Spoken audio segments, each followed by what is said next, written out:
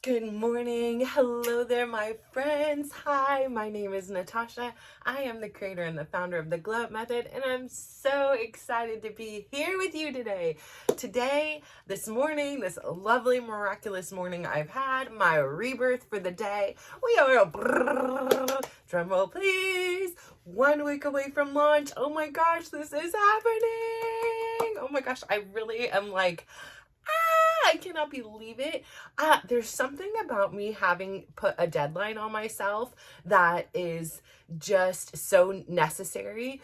We played this fantasy football family league, which I'm, by the way, the champion of. And I think my perspective of knowing nothing is really what gets me ahead in these games, because I've done actually very well. Actually, the first year I came in dead last. I'm not gonna even lie about that. But then I came in like second, and I've been moving up the ranks. So I got my champ status here for the rest of the season. I feel like I need to like get a hat and gloat because these people actually know what the heck they're doing, but yet somehow I managed to squeak out a win. What the heck? But anyways, I digress.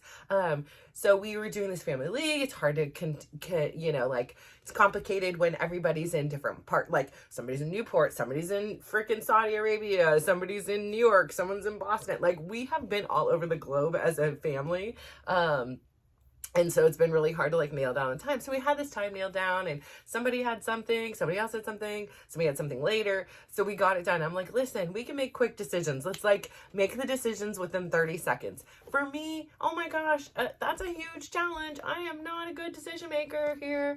Like I'm so thoughtful. But this was actually just so absolutely eye-opening. It was like had to go. Like I was in a panic. Like make sure I'm pushing the right button. I had to push this little blue draft button. Okay, he's mine. Thing. And it really like got me to this place where I didn't overthink everything. And somehow, which again, I personally don't think this is a good thing because this is my first A grade. So anybody I've known with an A grade has usually done pretty poorly in the football league. So overall, I'm going to give myself an A for effort. I'm also got an A on my report card for this. So it was like, hey, look, I'm able to make decisions that are good in a quick amount of time without overthinking them to exhaustium. And I think a lot of times I tend to do that because I have those tendencies into me to be perfect, not for me. Like, I don't personally care. Like, I'm not personally, even though I just sound super competitive, right? I'm not personally competitive. I'm the champ, by the way. But no, I mean, I'm not really like, I don't have this drive. I just think it's funny because they do this thing like some of them actually do this for a career, but like they're in like multiple leagues and all these things. And I'm over here having no clue what the heck I'm doing, but yet I'm managing to pull out a win. And so, it's the whole thing that makes me like feel good. And I laugh too, because I was like, I want you guys to know I really did not lose every single game of Candyland and Chutes and Ladders when you were kids. And they were like, what? I'm like, yeah, no, I'm not, like every once in a while I would tell Brad to like, just let one of the younger ones win once in a while because I just don't want to hear the crying. And that is not in his philosophy. He's like, no, I'm not going to do that. I said, do you really think I am that bad at Candyland? Like, just give them the damn win. I can't hear the crying today. But, so, every time something like that comes up, I said, did you really think I was that bad at Candyland? You think I have plethora of years of experience in Candyland and Chutes and Ladders, and they're still like, well, how did you do it? I said, I would manipulate where I put the damn cards. I'd give you the double colors, and oh, you're going off to the peanut brittle place, and I'll listen. I said, I need to pull it back out and let's play, and I'll show you what mom could do with tearing it up on a Candyland game. But anyways, I digress. And today's whole, which kind of can go into this, today's whole thought process was really prompted by a couple of things. So I feel like I do my filming in the morning, but then life's, and I'm like, damn, that happened and that happened. I have like all this like good content, and then I gotta like try to remember it up here in my brain. But today's episode, I really wanted to talk about what I've really been thinking on for these last 24 hours has been perspective. So I went this yesterday morning, which is an unusual thing. There was this pop-up dance class with my favorite instructor was one of many. And so when the of many were dancing, I don't know what the heck I'm doing. It's not my genre. It's a little bit different. I'm trying to open my horizon and practice this kind of dance once a week. However, I'm still, it's just, to be frank, I have fun and I have a good time. It's just not him. There's certain people that you just jive with, right? Like, and I'm really comfortable in the moves now. Probably if I in the beginning had given it more time. So again, like I said, I'm giving him more options. I'm trying to attend those classes once a week to broaden my horizon. But there's just something like so magical about him personally. I think he could be teaching crawling on the ground and I would be excited. Actually, we do sometimes in the bar. I don't know if we're crawling, but I mean, I feel like I'm crawling. But anyways, again, I digress. And, I've been talking to women in the gym in particular, and in particular, people who are on a health journey of their own. And here I am with this different perspective, right? Like somebody is looking at me for inspiration for their personal health journey. This blows me away. Okay, first off, this is just so unpredictable. Like I could never have guessed in a million years someone would be like, you were my inspiration to go to the gym today. You were the reason why in this class I looked at you and I pushed a little bit harder. Like, what? Me? Like, I am this in my mind. A lot of times still, I haven't fully embraced this new, appearance, this new lifestyle. Like sometimes in my mind, I'm still this like 300-pound woman who is just struggling to, get off the sofa. So like, I'm always like, what, me? No, like I'm looking for somebody else to inspire me. Like I am not inspiring people. And so I think that like this perspective, I was talking with one woman and she was like, I don't think people understand how much harder this class is for me. And I was like, no, I fully understand.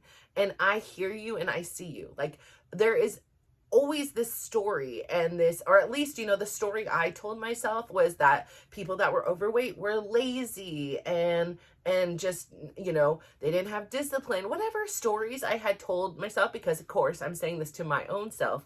But let me tell you, it is not the case. Just to get off the sofa may seem like a simple little process for you, or to get out of a car, things like that. That seems so you don't even have to think about. As an overweight person, that is a genuine problem. Like it is a physically hard thing. And yeah, you can be like, well, you did that to yourself, whatever you want to say, whatever it is, how you got there, it doesn't mean it's not hard. It doesn't mean that you're lazy. It doesn't mean any of that.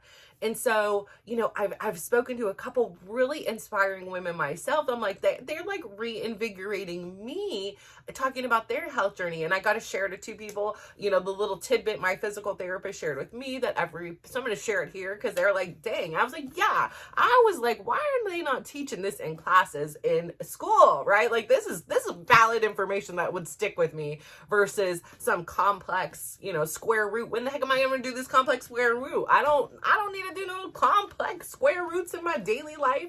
But I would have loved to know the fact that for every pound you lose, now don't like quote me on this, was my physical therapist told me, and I you know what, I'm gonna believe it. In my world, this from my perspective, it's true because I can feel it. For every pound you lose, it's like losing 4 pounds on your knees. So like if I lost 100 pounds, then that's like 400 pounds off my knees. Like, heck yeah, like that's awesome. So for every pound, you get like a 4 for 1 pound, like, weight loss. Yeah, it may not show on your scale or on your clothes, but it is showing inside and on your body. So heck yeah, that is amazing. And just hearing their journeys about how, some of them won't go to the doctors. Because I was saying, I had fatty liver disease, high blood pressure, cholesterol, pre-diabetic, all those things like that.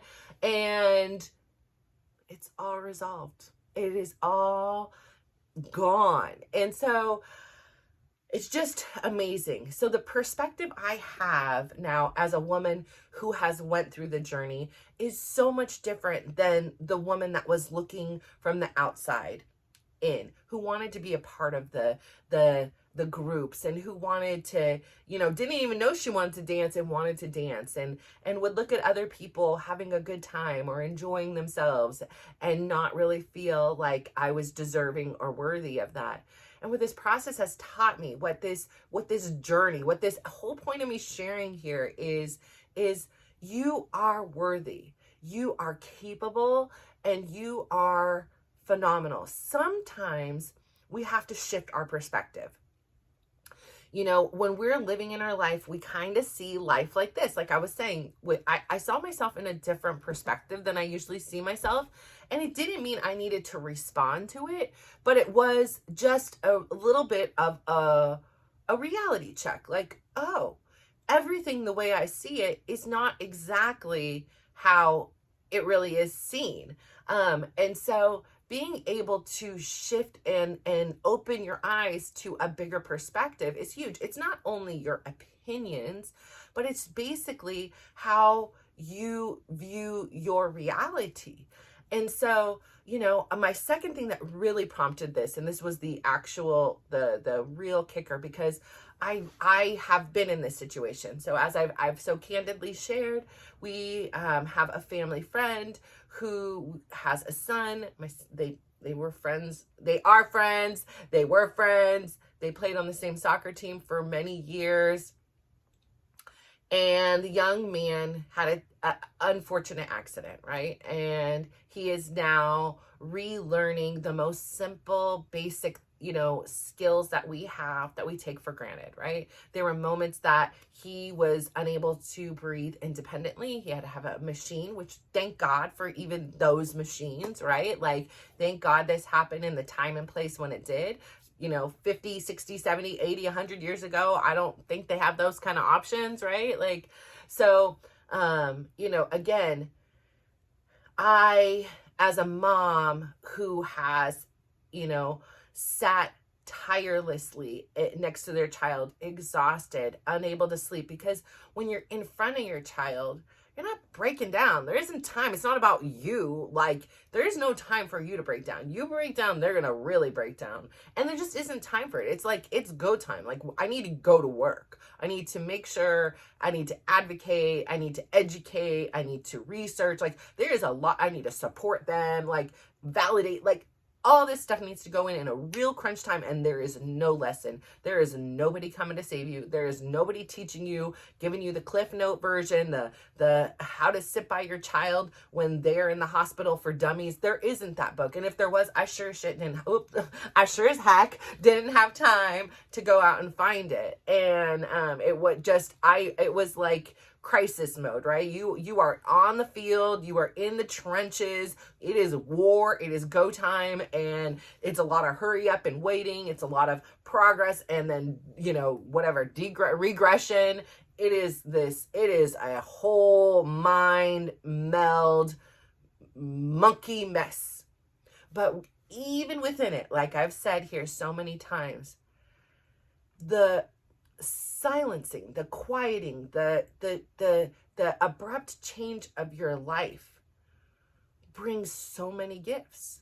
There's so many gifts in the silencing. There's so many gifts in the getting out of your environment, even though you don't want to. You just want to be home in your bed where things are normal, and you want to yell at your kid because they didn't do the chore, like you don't really want to yell at them, but once you get, for me, it's always like once they can, do their own things, and once they get in trouble for not doing their things, that's when I know you're okay again. Like when I'm like, why are we not doing our chores? Like every day I have to tell you to do the dishes. Like it's a shocker. Like it's coming. And then I'm the annoying one for him to be like, you have to do your dishes. Like I shouldn't be reminding you. Nobody's reminding me to pay the bills. And no one's reminding me to go to the grocery store. And nobody's reminding me to put the gas in the car. It's lifing. So anyways, but when you're in those situations, I never wish that upon anyone else, but I can tell you the most spiritual, the most beautiful, the most peaceful, the most aware I have ever been has been in the face of either a personal tragedy or someone else going through theirs. And so there are so many silver linings. And I say this because they are so generous and kind as to share that journey that he is going through with the community. They know that we are all praying and we are all thinking of him, them as a family as a whole, the community as a whole. Like there is a big hole without his presence there. And so we think of them often. And again, as a mom who has experienced not what their situation is, but has experienced my own like experience supporting a child and feeling really helpless. Like you just it's nothing I would ever wish on anyone, but it's like you just wish, you know, like I said, when my first son needed his heart fixed, I was like, just freaking can you take mine? Like I don't need it. Like it's not necessarily like they're like no, they won't just do that. No, that's not gonna happen. First off, and yours is way too big for his little body. But you know, like it just, for anything, I'd give my son my eyes, I'd give my son my brain. Like I would just like take it, like go have a good life. I've lived my life, you know, like I really would do that for my kids. Like I just, without a question. And you know, when I think about how challenging those moments are, you know, and I sit here and I have, you know, not to like minimize my own thing, but like my son tears his ACL and it's because it's this big thing. And there was all this, you know, pressure that he had already been through adversity. And I thought like that was done. You only have, you know, you only gotta get one thing in life done. Check, you're over with, you know, you're smooth sailing from the rest of here. So to have this happen and all those things that I had, you know, all the stories I had created in my mind of what would happen and the pursuits he was seeking and the life he would live quickly changed. And again, I really, really struggled like with it, which all the work I did in that struggle made when my son did it, another son did something very similar but different 8 months later, it made it much easier for me to navigate, which you are here for and see. I'm not saying I don't hurt for him. I'm not saying I'm not, but I have a different perspective because I've been through it and I've experienced it. And I know at the end of the day, it may not be exactly how we would have wished or wanted, but it is exactly the way it was supposed to be. That there are so many lessons within every situation we go through, the good, the neutral, and even the bad. And I know, right? Like no one wants to have anything bad happen to them or, you know, go through challenges, but there are so many lessons in there. And having a different perspective is such a unique way of really controlling your reality, controlling the way you exist in this world today. And, you know, it's sometimes we need to go back and revisit. Like I will talk about on here situations I had as a child, and I have a different perspective now than the perspective I had then.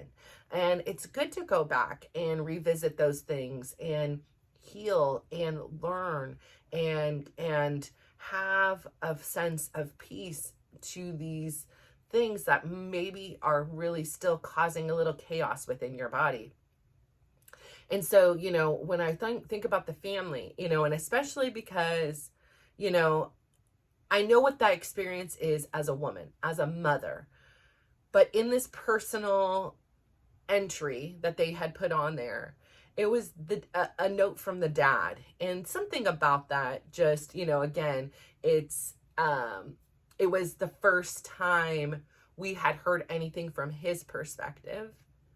And, you know, it was like all the things like I wanted to say, like there's something magical about just getting outside. Like when you're in these hospital environments, there's air conditioning pumping, there's fluorescent lights, there's lots of sounds and stimuli.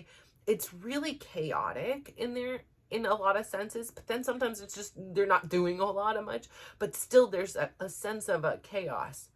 and you're really disconnected from outside. I mean, you can sometimes, if you're fortunate enough, have a window to look out at or whatever it is, but there's just something magical. And so I'm just going to paraphrase. I may not get exactly everything right, but I will share the part that gets to me here. And he was talking about how there was a park near the hospital, and so he went for a walk, and he went and he laid beneath a tree.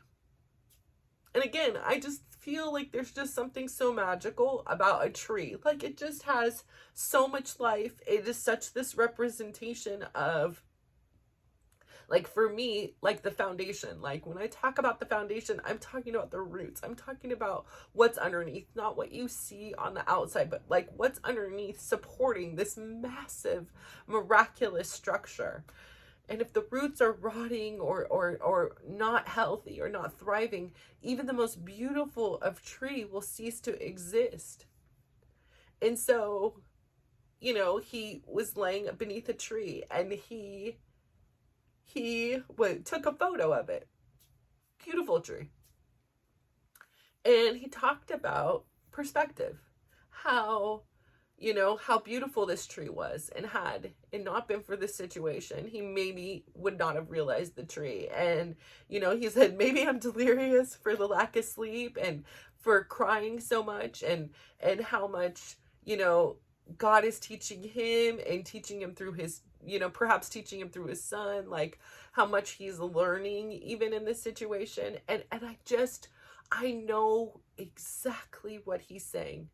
I know, I can feel exactly what he's felt. I have felt that same exact thing before. And, you know, it almost feels, you almost feel guilty. You almost feel guilty that, you know, for me, my kids were, you know, a little bit more temporary, right? Unable to just get up and lift their leg, to have to be like, Mom, can you help me to the bathroom? Mom, can you do this? They're nearly fainting in the restroom, things like that. You can't lift their leg out of their bed. You can't lift their leg just to move their leg in the bed, you know, like, so then you have this sense of almost like guilt and sorrow that, like, I can do it. But then I shift that into like appreciation, like, I can do it. Like, I am grateful. I am very sad my child cannot experience this right now, but I'm actually really grateful that I can. And that isn't lost on me, because I understand everything I'm experiencing is not guaranteed. There's no promise tomorrow I'll get these same benefits coming into the next day. And so really having the gratitude and the appreciation for what I can do. You know, I've spoke on here before, my uncle, he too had some mobility issues. So he was a big motivator for me personally, because I was like, dang, I'm tired and I can walk. My uncle cannot walk. He cannot get up and do a 1-block walk. It's too dangerous for him. And so in his honor, I'm going to do this. So hearing the perspective that he has, that even in this face of this tragedy, this accident, you know, that perhaps maybe there are no accidents. Perhaps maybe this is exactly what was supposed to happen. And we don't always have to want, like, be like excited for that happening, or be like, yes, this is the best thing. No, we don't have to be there, and it will take time. And of course, there's, you know, this, it is a huge shift. I mean, this is a huge shift, but I am of the believer that anything is possible. Like, I believe in miracles. I believe we are in a time, in space, in this universe where, like, technology is rapidly improving, that within his lifetime, that there will not be more and more aids that will, like, figure this something out. Like, this is not a permanent situation over here. And especially with his tenacity, like, it is just not, it is not possible. So I say all that to say, I don't know what you're going through or what you're experiencing in your life. I don't know what has happened to you in your past, but really having this ability to take a step back and take a step out of it. Like, sometimes when Chris gets on my damn nerves, I will take myself out of it. Like, I will be like, okay, let me step back. If I literally was not Chris's wife, I did not know him for 25 years. And I did, let's throw in some extra credit here, and did throw in some compassion and be like, Here's what he's operating with. This is what he's navigating. This is all he knows. He doesn't know any better. Listen, this isn't the time to judge that he should or shouldn't know any better. Let's deal with the facts. This is what he knows right now, and this is how he operates.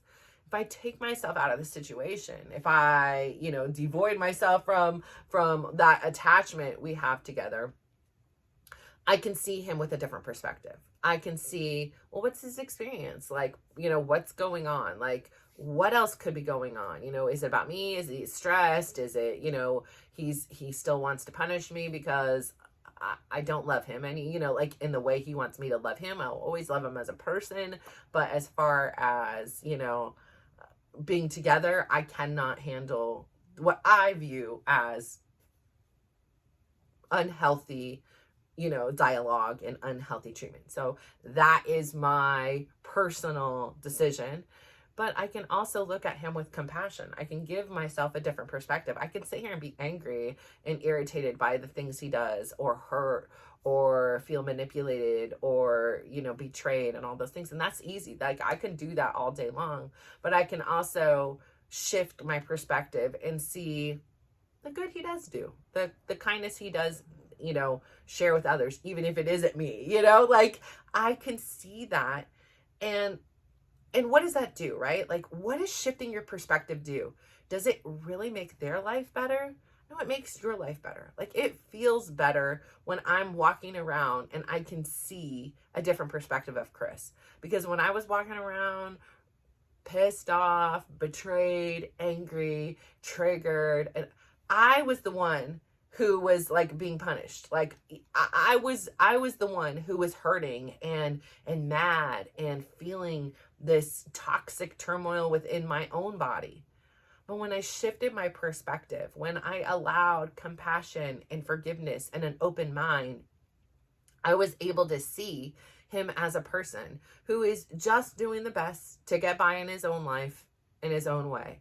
And yes, our lives have been intertwined for a long time, but we are untangling those, and we can go about living our lives independently and no longer be like this, trauma bond that we were. And the same thing goes with the, situations with my kids. Once one has a situation and it seems like the end of the world, at least temporarily, and it teaches me so much about him and resilience, and really reinforces that, that idea of when one door opens, when one door shuts, another one opens, as long as you're willing to receive. Now, he could have made the choice to lay in his bed and be upset and depressed, and there would have been nothing, absolutely nothing wrong with that decision, right? Like, this is your experience. But the fact that he was able to persevere and choose not to be just a victim of the situation, but to become really a victor and really hold the key and the pen and write and master his own story, and not just be, victim of whatever has happened to him. So I say all this to say, really today, what I really would love you to work on and think about is your perspective. Things are going to happen. Some are going to be great and amazing, and celebrate those. And some are going to be really difficult and challenging. And we get emotional, right? Like when things happen like that, where, I talk about this story, and I talk about thinking about the family, and I think about the dad laying under the tree. And I think about how, the nature is just like refueling his body, because I think that is so key. I mean, I've talked about it here many times about how I was like, just something in me was like, no, we need to go outside. You need the vitamin D, you need the sun, you need that nature, you need the fresh air, you need to just listen to the leaves rolling down the street. And my son thought I was absolutely crazy, but there's something so magical that we cannot find in medicine, that we cannot find in a hospital, when we go outside and we're part of nature. And so, I'm so comforted to know that they, have been led into the same kind of, thought process, where I need to get outside, I need to do these things in order to help them heal. Because when they heal and when they feel strong, they're able to be better parents to him. And that I didn't always understand. And so I say all this to say, thank you so much for tuning in today. I am so proud of you. please go out there and keep an open mind about how you see the world and how you see your reality, and really choose to craft the way you see the world. Things are not happening to you. I'm telling you, it feels like it, but they really are happening for you. So go out there, give somebody a big smile, give them a compliment, and just watch how they glow up. So thank you. Mwah. Bye. Oh, I almost did the wrong thing.